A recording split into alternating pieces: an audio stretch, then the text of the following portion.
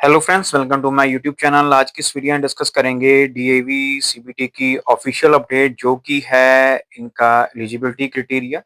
काफ़ी कैंडिडेट्स की क्यूरीज आ रही थी कि सर इनका एलिजिबिलिटी क्राइटेरिया क्या है। ए टू जेड जितनी भी इनकी पोस्ट हैं सभी का एलिजिबिलिटी क्राइटेरिया मैं आपके सामने अपीयर करूंगा और क्या-क्या इसमें क्वालिफिकेशंस आपके लिए जानना ज़रूरी है। जो चाहिए आपकी जो भी आपने डेजिग्नेशन के लिए अप्लाई करना है उसके लिए। तो जुड़े रहिएगा वीडियो के साथ। अगर फर्स्ट टाइम विजिट कर रहे हैं चैनल को ज़रूर सब्सक्राइब करिएगा ऐसी फ्यूचर अपडेट्स के लिए। इसमें सबसे मेन चीज़ जो हाईलाइट की गई है दिस वन है जो मैंने यहाँ येलो कलर में हाईलाइट की है। BEd BElEd candidates whose result is waiting in 2025 में अप्लाई। अब यहाँ पर एक चीज मैं सबसे इंपॉर्टेंट है जो क्लियर कर दूं, जो फाइनल सेमेस्टर में है ये उन्हीं के लिए है, जो फर्स्ट में है, सेकंड में है, थर्ड में है, उनके लिए नहीं है।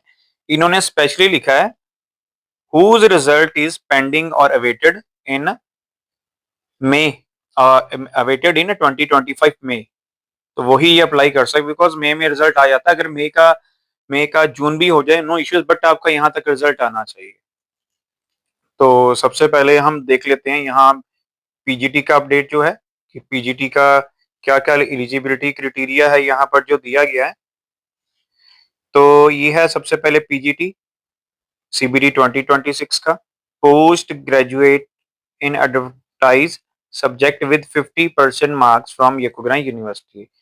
मतलब चाहे आपकी ग्रेजुएशन है चाहे पोस्ट ग्रेजुएशन है, मिनिमम आपके जो मार्क्स आने चाहिए वो है आपके 50%। और ये एनसीटी ही अप्रूव कॉलेज होने चाहिए आपके, मतलब जो भी यूनिवर्सिटी कॉलेज स्कूल है वो अप्रूव्ड होने चाहिए कॉलेज या इंस्टीट्यूट से। ये चीज कॉमन है। आगे प्रोसीड करते हैं, थोड़ा मैं जूम कर लेता हूँ सो डेट आपको क्लियर हो जाए। सबसे पहले अगर हम बात करें तो बात करते हैं हम पोस्ट की, और यहाँ पर पोस्ट है और यहाँ पर आपका एजुकेशनल क्वालिफिकेशन है। पीजीटी इंग्लिश की बात करें, इसमें आपका एमबीए इंग्लिश में होना चाहिए विद 50%, ग्रेजुएशन होनी चाहिए इंग्लिश में और ऑनर्स में, और ग्रेजुएशन होनी चाहिए इंग्लिश या आपकी नॉर्मल ग्रेजुएशन, और उसमें आपका सब्जेक्ट भी होना चाहिए कंपलसरी सब्जेक्ट इंग्लिश, और साथ में बीएड या बीएड होनी चाहिए रिकॉग्नाइज्ड एनसीटी कॉलेज या इंस्टीट्यूट से।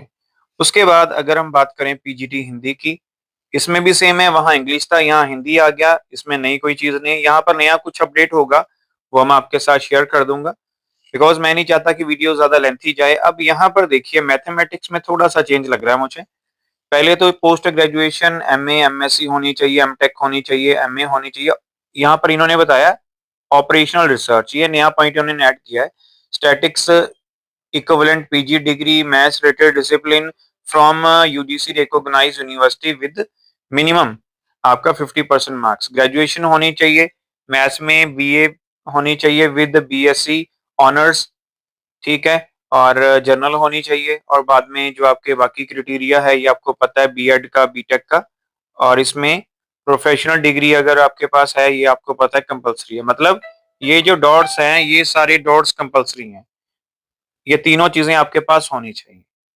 आगे प्रोसीड करते हैं फिजिक्स की और पीजीटी फिजिक्स। तो पीजीटी फिजिक्स की बात करें, एमएससी फिजिक्स में आपका होना चाहिए 50%, बीएससी ऑनर्स या आपकी ग्रेजुएशन फिजिक्स या बीएससी होनी चाहिए, ये भी आपकी होनी चाहिए 50% मार्क्स के साथ, और बीएड कंपलसरी है। सभी पोस्टों के लिए आपकी बीएड कंपलसरी है। पीजीटी में भी सेम है, आपकी क्वालिफिकेशन एमएससी केमिस्ट्री, बाकी सेम बीएससी का वही क्राइटेरिया है। यहाँ बायोलॉजी में थोड़ा आ रहा है, एमएससी बॉटनी होनी चाहिए, एमएससी जोलॉजी होनी चाहिए, या बीएससी ऑनर्स होनी चाहिए, उसके बाद जोलॉजी में, या बीएससी बॉटनी होनी चाहिए जनरल में। तो ये सारी चीजें बीएड कॉमन है सभी में। पीजीटी ज्योग्राफी भी चेंज है, बस आपका पोस्ट ग्रेजुएशन और ग्रेजुएशन चेंज है, बीएड सभी में कॉमन है। हिस्ट्री भी एसटी सेम है, पॉलिटिकल साइंस भी है, डिफरेंट है वो मैं आपको बताता हूँ। इकोनॉमिक्स का क्राइटेरिया भी जो है आपको पता है, कोई इसमें चेंज नहीं है, पीजीटी का ही सेम है। कंप्यूटर का थोड़ा सा होता है बिकॉज इसमें बीएड का थोड़ा सा आपको पता है डाउट रहता है कैंडिडेट्स को, वो मैं आपका क्लियर कर दूं। पहले तो आपका एमएससी होनी चाहिए कंप्यूटर में, एमटेक होनी चाहिए सॉन, ठीक है, ये हो गया विद 50% मार्क्स। ग्रेजुएशन में आपका BSc honours computer science, BTech, BSc, BCA with computer as one subject. और यहाँ पर सबसे इंपॉर्टेंट ये चीज, बीएड डिग्री या बीएड डिग्री आपके पास होनी चाहिए। नेक्स्ट प्रोसीड करते हैं फिजिकल एजुकेशन, ये कॉमन है, एमपीएड या एमपीईएस फ्रॉम यकुगन यूनिवर्सिटी और साथ में आपकी बीएड होनी चाहिए। आगे चलते हैं साइकोलॉजी, तो एमए साइकोलॉजी में होनी चाहिए, बीए साइकोलॉजी में होनी चाहिए, बीएड होनी चाहिए। पीजीटी होम साइंस की एमएससी होनी चाहिए, होम साइंस की आपकी बीएससी होनी चाहिए। पीजीटी सोशियोलॉजी, तो इसमें एमए सोशियोलॉजी और बीए सोशियोलॉजी बाकी सेम है। बीएड कॉमन है, बाकी आपके एजुकेशन क्वालिफिकेशन जो आपकी मिनिमम पोस्ट ग्रेजुएशन होनी चाहिए। आगे चलते हैं टीजीटी, यहाँ देखिए इसमें जो ब्लू लाइंस में इन्होंने हाईलाइट किया ना वो मेन है। बीएड सभी में कॉमन है, बस यह कि आपका लास्ट सेमेस्टर का रिजल्ट पेंडिंग होना चाहिए। Post graduation graduation in advertise subjects with minimum 50% marks in इधर और बोथ पीजी और ग्रेजुएशन लेवल, सबसे इंपॉर्टेंट। चाहे आपने बीएड किया है, चाहे आपने ग्रेजुएशन किया है, चाहे पोस्ट ग्रेजुएशन किया है, इसमें आपके जो मिनिमम मार्क्स हैं 50% मार्क्स आपके होने चाहिए, तभी आप पर्टिकुलर जो भी ये पोस्ट हैं उसके लिए एलिजिबल होंगे।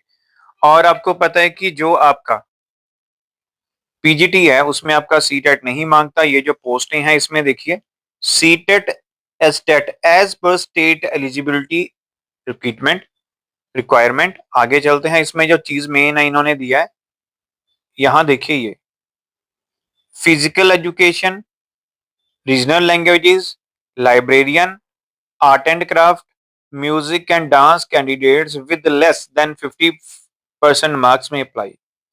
ये चीज इंपॉर्टेंट है।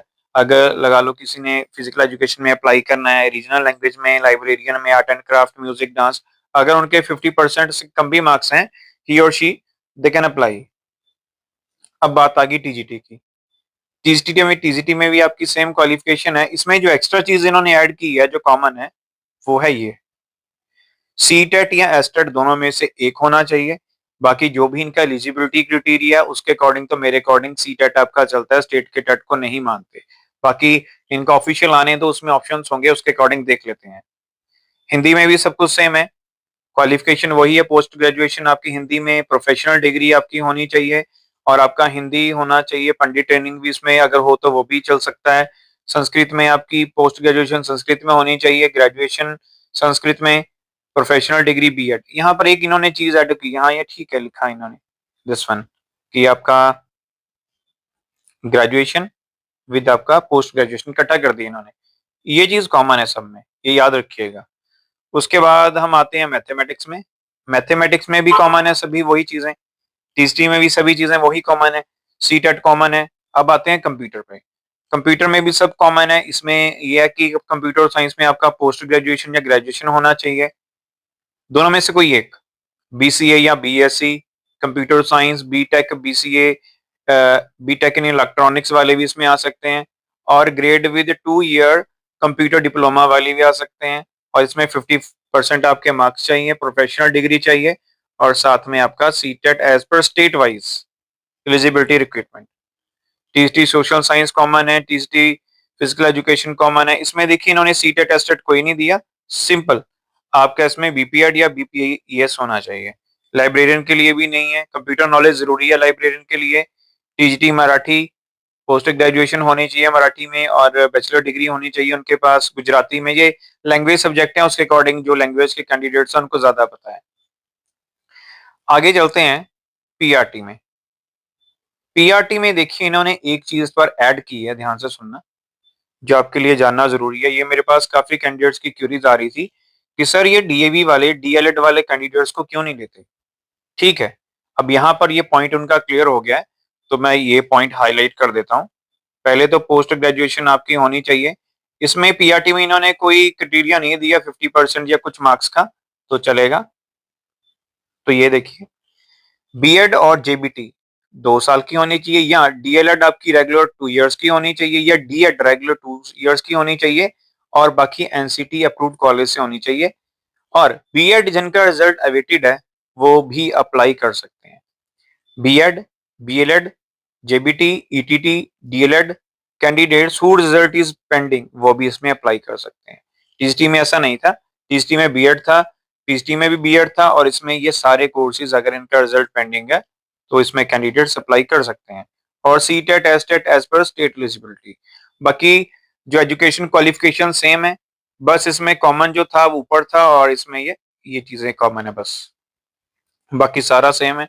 हिंदी का, संस्कृत का, मैथ का, social science, physical education, librarian में आपकी BLS होनी चाहिए, BLIS डिग्री होती है, बैचलर ऑफ लाइब्रेरी साइंस, जो भी इनका फुल फॉर्म होता है। Marathi, Gujarati, Punjabi, Bengali, Odia, Kannada, Tamil, Telugu, dance, paint and art, wellness counsellor में देखते हैं क्या है। वेलनेस काउंसलर में आपका इसमें सबसे पहले पोस्ट ग्रेजुएशन होना चाहिए, ग्रेजुएशन यहाँ होना चाहिए साइकोलॉजी में, या पोस्ट ग्रेजुएशन होना चाहिए child development from UGC recognised university, और यहाँ विद इसके साथ होना चाहिए diploma in career guidance and counselling from NCT recognised college और इंस्टीट्यूट। म्यूजिक कॉमन है, पोस्ट ग्रेजुएशन ग्रेजुएशन चलेगी इसमें। अब आते हैं एनटीटी में, सबसे इंपॉर्टेंट, ध्यान से सुनिएगा। एनटीटी वाला भी केस इसमें क्लियर हो गया कि डीएलएड वालों को ये प्रेफर क्यों नहीं करते। अब इसमें देखो इन्होंने डीएलएड भी दे दिया है, ये मैं थोड़ी यहाँ क्लिक हो गया, ये देखिए यहाँ पर ये डीएलएड और डीएलएड होना चाहिए, ये पॉइंट भी क्लियर हो गया। और इसमें भी सेम वही है कि अगर आपका रिजल्ट पेंडिंग है बीएड का, डीएलएड का, जेबीटी का, BLED का, तो भी आप इसमें अप्लाई कर सकते हैं। ये हमारी क्वालिफिकेशन है जो एनटीटी टीचर्स हैं। Graduation BA with honours, BCom honours, BSc honours, ठीक है। अदर में बताया इन्होंने प्रोफेशनल डिग्री होनी चाहिए, या जेबीटी या एनटीटी या बीएड या बीएड या BLED एड regular 2 years, DElEd 2 years regular, और इनमें से कोई एक होना, जिसमें स्लैश है मतलब उनमें से कोई एक होना चाहिए सभी में से। आगे आगे म्युनिसिपल पोस्ट है। LDC अकाउंट्स की बात करें, ग्रेजुएशन होनी चाहिए बीकॉम, पोस्ट ग्रेजुएशन हो ठीक है, नहीं है तो कोई इश्यू नहीं है, बट इसमें टैली मांगता है अकाउंट में। मिनिमम 6 मंथ सर्टिफिकेट डिप्लोमा आपके पास होना चाहिए टैली का। LDC एडमिनिस्ट्रेशन, ग्रेजुएशन होनी चाहिए, कंप्यूटर नॉलेज होनी चाहिए, साथ में MS ऑफिस और टाइपिंग के नॉलेज होनी चाहिए। UDC के लिए ग्रेजुएशन होनी चाहिए बीकॉम या बीकॉम ऑनर्स, साथ में सर्टिफिकेट डिप्लोमा होना चाहिए मिनिमम 1 साल का, और 2 साल का एक्सपीरियंस।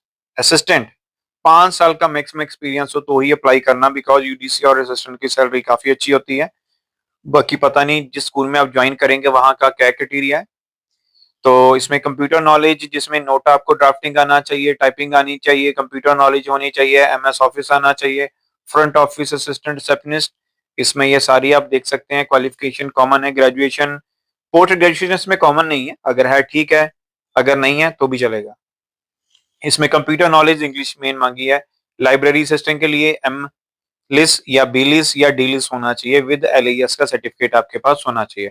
बॉटनी वालों के पास बॉटनी जो है बायो की लैब, उनके पास बायोलॉजी का ग्रेजुएशन होना चाहिए। केमिस्ट्री वालों के साथ केमिस्ट्री का ग्रेजुएशन होना चाहिए, मीन टू से BSc। लैब असिस्टेंट फिजिक्स वही BSc। लैब असिस्टेंट कंप्यूटर का किसी भी डिसिप्लिन में आपकी ग्रेजुएशन होनी चाहिए, जिसमें डिप्लोमा कंप्यूटर भी चलेगा, PGDC भी चलेगा, post graduation in computer based related, हाँ बिल्कुल चलेगा। और नर्स के लिए नर्सिंग चाहिए, BSc nursing, midwifery from INC recognised university, और 3 इयर्स का इसमें जनरल जो है आपका नर्सिंग का मिडवाइफरी फ्रॉम रिकॉग्नाइज्ड यूनिवर्सिटी। तो ये था इनका एजुकेशनल क्राइटेरिया ऑफिशियल वेबसाइट पर जो अपडेट हुआ है। बाकी मैंने सारा क्लियर कर दिया, मोटी मोटी चीजें मैंने आपके साथ सारी क्लियर कर दी हैं। फिर भी कोई क्यूरी या क्वेश्चन आपके माइंड में रहता है, वो आप कमेंट सेक्शन में कमेंट करके पूछ सकते हैं।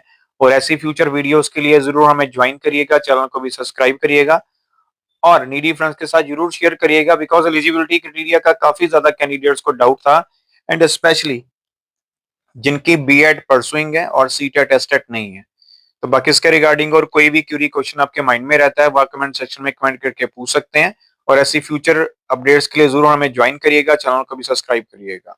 So thank you friends for watching this video and for your available time.